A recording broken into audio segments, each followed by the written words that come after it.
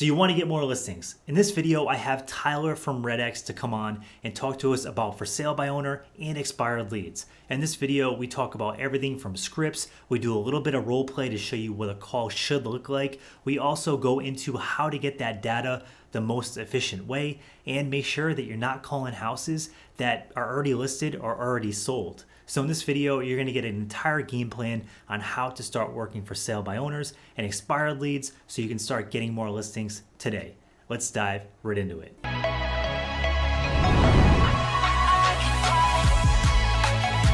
Tyler, welcome to the channel.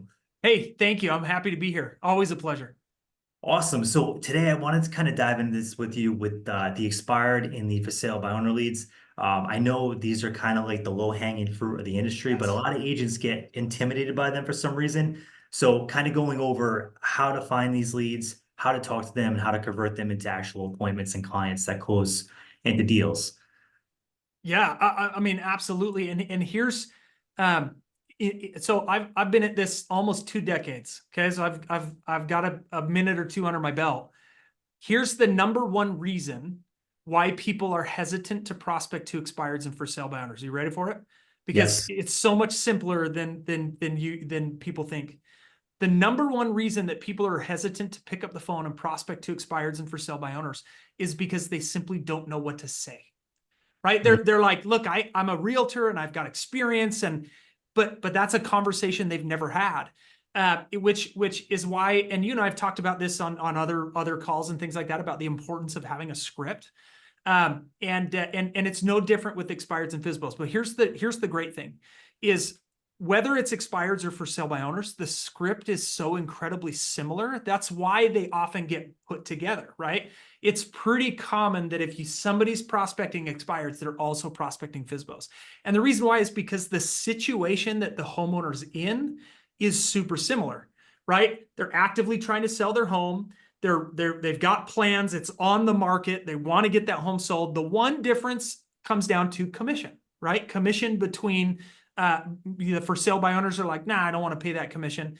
And knowing how to overcome that is actually fairly simple, but also an important part of the conversation. So it starts by having a script, and REDX provides scripts. I know that you've got scripts available for people. And the truth is, I'm kind of script agnostic, if that makes sense. Like, I care less about what script somebody's using. The key though is knowing the script really well. And I know that you know this, right? I'm preaching to the choir, but for people that are watching this, like, that's the key. We were just talking before we went live here about how common it is for people to jump from one thing to the next. And this is super common with scripts, right? Is people go, well, I'm going to use this, and I try it for a week or two, and they're like, it didn't work, so they move on to something else. When in reality, it comes down to knowing that script really, really well. This is the time that you spend role playing. This is time that you spend in front of the mirror. This is the time that, when you're actually prospecting and you get an objection that maybe you didn't have a lot of confidence with, you write it down, and then you go to your mentors or other agents. You go, hey, how would you handle this? And you figure that out.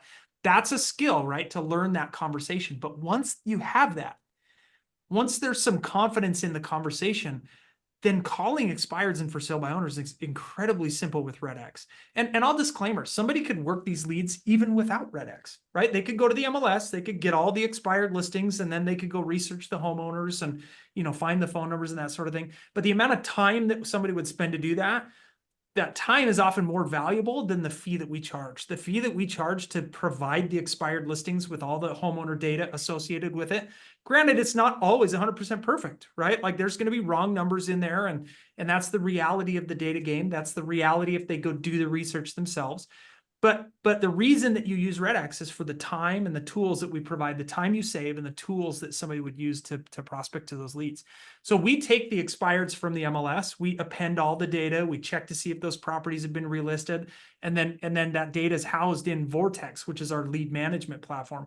Same with the FSBOs. If somebody wants to go to Craigslist and Zillow and all the local classifieds every single morning to look for the new FSBOs, they could do that.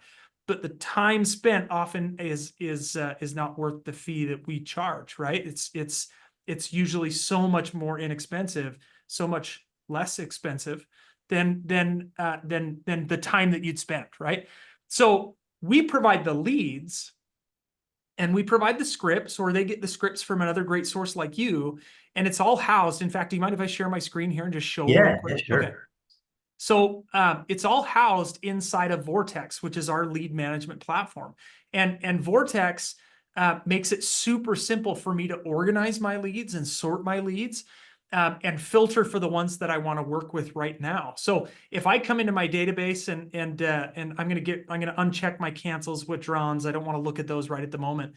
But right now in my market, I've got over 9,000 expired listings. Some of these are many years old, but there's some amazing strategies for prospecting these older expired listings because we all know that expireds are the low-hanging fruit, right? They want to sell their house. They've hired an agent. They're willing to pay a commission. I've never met an expired listing that didn't have boxes packed, like sitting by the front door ready to go, right? So these people are the lowest hanging of fruit. But that also means that they're going to get calls from other agents in the marketplace. But what most agents aren't doing, Chris, is they're not following up with the 30 or the 60 or the 90-day old expireds. 38%, so this is an interesting stat for people who want to write this down, 38% of the expired listings wait an average of 90 days before putting their home back on the market.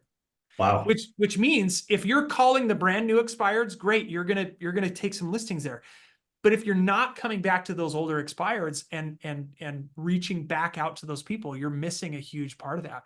So by default, when somebody signs up for REDX, every MLS is a little bit different. So I'm going to speak generally here, but if somebody wants specific details for their MLS, they can speak to somebody here at REDX. For the most part, we provide 30 days worth of the recent expired listings, those that are still expired. Okay.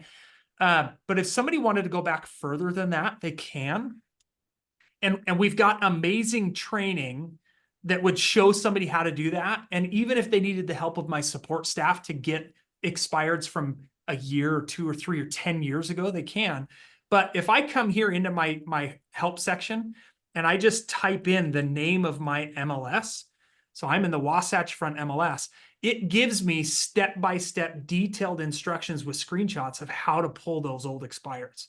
So and there's one of these for every MLS that we support, over 400 of them across North America. So, it's so easy. Most people are familiar with, getting data from their MLS, but this makes it that much simpler to grab that. And then they can import that data here and we'll cross-check to see if they've been relisted. And you're left with a list of expireds going back however far you pulled that data that you can actively prospect to, knowing that they never went back on the market. Now, there is a chance some of them may have sold off market, right? Maybe some of them went and sold for sale by owner. So there's a small margin of error, but these are not properties, or these are properties that did not relist on the MLS.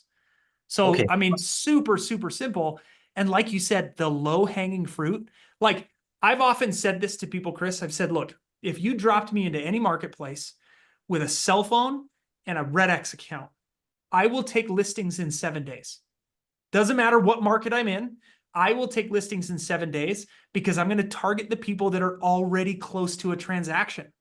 I'm going to target the people that have raised their hand to say, I want to sell my house. And then I'm going to call and I'm going to get the appointment. I'm confident in my scripts, right? I'm confident in a listing presentation. And so, but I'm going to take listings in 7 days from expireds because it's the low hanging fruit. I would never drop myself into a market and be like, you know what? I'm only going to focus on online buyer leads because the time frame on the conversion is 14 months or more. That's Yep. the most recent data, less than 1% conversion rate with a sales cycle of 14 to 24 months. I can't wait 24 months to get a transaction. I need transactions now.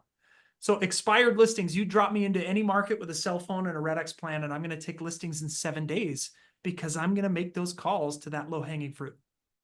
1000%. So the big question that I get a lot is, that sounds great, but in my market, there's not many expireds. So I think the golden opportunity here, and this is what we're starting to do with our team, is look back 3-4 years, see who expired that never relisted, because now their house is probably worth what they wanted initially, and having that conversation can unlock a ton of new opportunity as far as Yes. listings go. Yeah, So right now, 2024. So whenever you're watching this video, right, adjust based on the timeline, but we're in the middle of 2024 right now. If you go back to like 2018, 2019 expireds, those people, that is such a good lead type right now because their homes have increased tremendously in value, but they took the home off the market and never sold. So reaching out to those people and going, look, I know that you tried to sell back then, you didn't. Tell what were you trying to do? Where were you trying to go back then? And they're going to be like, well, we wanted a house with a pool, or we wanted to do this, or we wanted to do that, or we were upsizing or downsizing or whatever, and it didn't work out. Agent didn't get a home, get the home sold. It expired, and you go, well, I mean, it sounds like you wanted to be buy a house with a pool. Have you considered putting your home back on the market right now? Right? I mean, the value of your home right now could sustain the dream of having that backyard pool. Have you considered that? Right? And they're going to either respond yes, no, or maybe. And if they say yes, great. Then you set a listing appointment. If they say no, you go no problem, and you turn it into a call more like a GeoLeads call, right? Which GeoLeads are so amazing because they're so versatile, and the scripts are more about building database. So maybe that expired doesn't want to go back on the market right now. So what you end up doing is you go, well, hey, do you have somebody keeping you up to date on the real estate market specific to your home? And they go, no, not really. You go, great. Would you mind if I kept in touch from time to time? What's an email address? And now you've added that person to your database. And so calling those old expireds is such a great thing right now. So again, middle of 2024, go to the 2018, 19 leads, even like 16, 17, 18, 19, and do just that. Because you're right, like the number of expireds, in some markets, there's just not enough to keep you busy as we want to be. Yeah. Which you add the for sale by owners into that, but even then, it's still a limited number of leads that are available. And so having some other things, the GeoLeads is a great one to kind of add to that, to supplement, to go, hey, I've called all my expireds, called all my FSBOs. Now I've got time to prospect to some of these other leads, or a great prospecting strategy to your sphere of influence, right? All of those are awesome. That makes total sense. So when people go through this process, they go through that, they import them from MLS. Does REDX actually just filter them out if they've been relisted and sold, or does it give you some kind of like little icon saying that that's happened? So the answer is both, right? It kind of depends on the view that you're looking at. By default, it's just going to take them out of the list. So I'm confident when I go to my expireds and say, show me today's expired listings, I'm confident that today's expired listings are truly expired status on the MLS, because none of us want to get in hot water ethically by prospecting to a lead that's active or has a signed contract. And so that's really important. There is a way that you can go and say, well, what are the expireds that have relisted? And you can do that, but there's not a ton of value for me or for most in doing that. And so I really just want to see the properties that I can call right now. Yes. And that's what Vortex will do. That is awesome. Okay. So shifting over a little bit into for sale by owners, because I know this is probably the most intimidating lead source for agents because they're terrified of the rejection that comes with it. They don't know what to say. They feel like it's just going to be an awkward phone call. Mm-hmm. What are your recommendations on that? So for sale by owners are interesting, and they convert really, really well. So like that's something to understand. Almost 90%, it's like 87% of for sale by owners are going to use the assistance of an agent to sell their home. Okay, so that's why FSBOs are great, is because they end up using an agent anyway. And the key, because the number one reason they want to sell for sale by owners, they want more money in their pocket, right? They don't want to pay the commission because that's a lot of money. 6% is a lot of money. 3% is a lot of money. Understandably so. But the conversation, it shouldn't be about commission. It'll be that way. They'll go, well, what do you charge? I don't want to pay a commission. What's your commission? And when we say 6%, which we should all be saying, right? We should all be saying 6%. From there, instead of saying, well, hey, my commission's 6%, we need to go, look, commissions are always negotiable, but help me understand why that is important to you. Is it about the amount of money that you need to net from the transaction? And they're going to go, yeah, and I need the most amount of money possible. We go, great. If I could net you the right amount of money, even after my fee, wouldn't it make sense for you to list your home with me and sell it for a higher amount than saving 6% to lose 10? Right? So here's the most recent stat that I've seen. The average agent assistant sold home sold for 29% more than the average for sale by owner sold home. Wow. They're tripping over dollars to get to pennies when they go, I want to save 6%. Because what ends up happening, many for sale by owners sell for less than market value.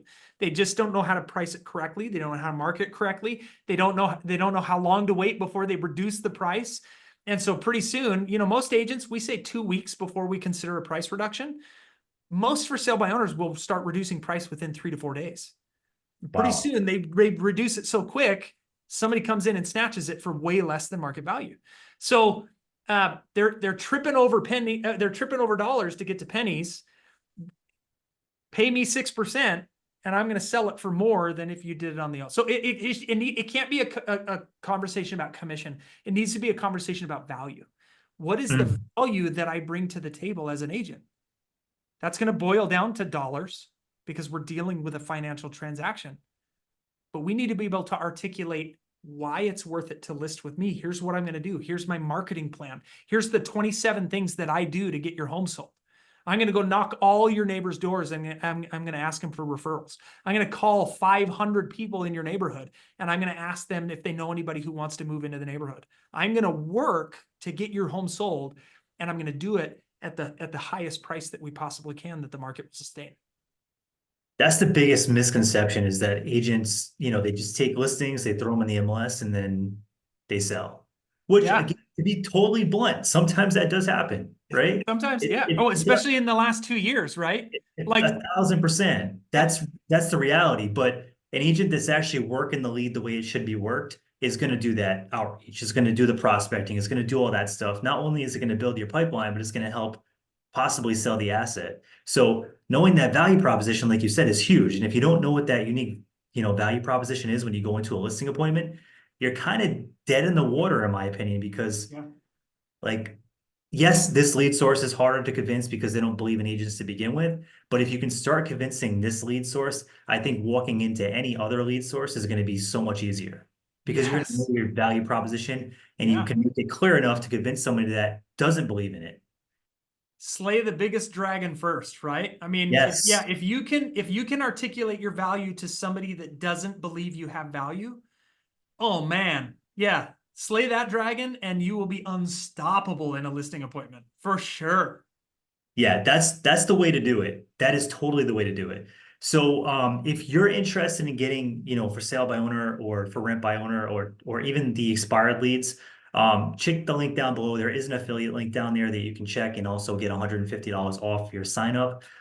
So be sure to check that out. But keep in mind, if you want to do these by hand, you can do that too. I don't suggest it because time is money and time is valuable. And if you're going to do that by hand every day, you're probably going to burn yourself out. But if you're just starting and you don't have any money to invest, then that works too. But if you do want to check it out, there is an affiliate link down below. And this is what we use with our real estate team currently. And we do love the entire system. So Tyler, thanks so much for coming on and dropping some knowledge. I definitely appreciate it. Dude, you are so welcome. I'm happy to come back anytime. Awesome. Thanks, Tyler. Thank you for watching the Empire of Real Estate YouTube channel. On this channel, we talk about real estate and entrepreneurship. So if you like that kind of content and you haven't subscribed yet, smash the like button and subscribe. And before we go, there isn't a video over here that we think you'll like, so be sure to check that out as well. Thanks so much for tuning in, and you have a great day.